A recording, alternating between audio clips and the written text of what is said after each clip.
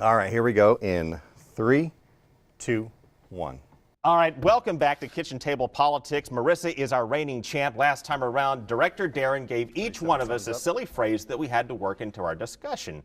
Russell, you bombed. I'm sorry to crashed. say. You crashed, and boy, she beat both of us. But this time, Daryn is going to turn up the heat. Give us each more phrases that we have to work into the conversation without cracking a smile or laughing. So let's talk about the importance of ads. Certainly, the Clinton camp has saturated Florida airwaves. It hasn't moved the needle as much as she would like. Tell us why. I think that she still needs to find a way to get voters to trust her and to like her. And I don't think... Soup sandwich. I will say the ads are effective. And I think that the ads where she goes after Trump are very effective. There have been a couple of them lately that stunned me at how effective they are. But I still don't think, for the most part, that the voters have wrapped their arms around her yet. What do you look for in an ad? Well, I look for it to be more politically based, more with the issues at hand. But right now, you've got just a lot of hate being thrown each way between, too much of that. It's kind of like a soup sandwich. A soup sandwich. Which doesn't make any sense because you should keep them separate. You should keep the But politics. the ads don't make any sense. That's the whole point. The ads aren't making sense either, and it's just one big soup sandwich.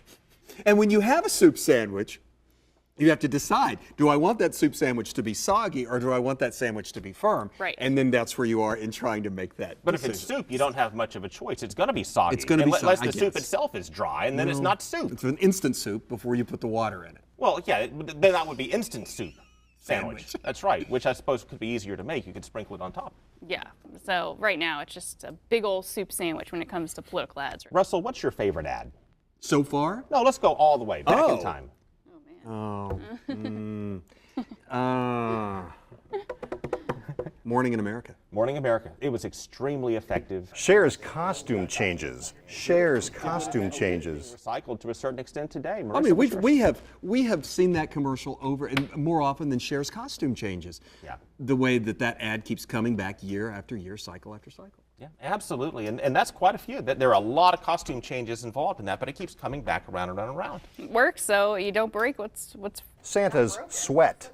Santa's sweat. but you know what I mean. Right. Well, it takes a lot of work. Like, there's not that many days until Christmas. Until we get to the election, and it takes a lot of toil, a lot of Santa sweat goes into this sort of thing. You have to be able to make the ads, and you have to make sure that you deliver on Christmas morning.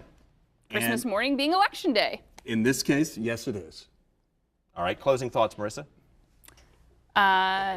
Santa's sweat. That I didn't know Santa had anything to do with the presidential election, but Well, if you're drawing an analogy learn, to Christmas, that's what you have to do sometimes. You learn something new every day. Loud I onomatopoeia. still think as good Onomatopoeia.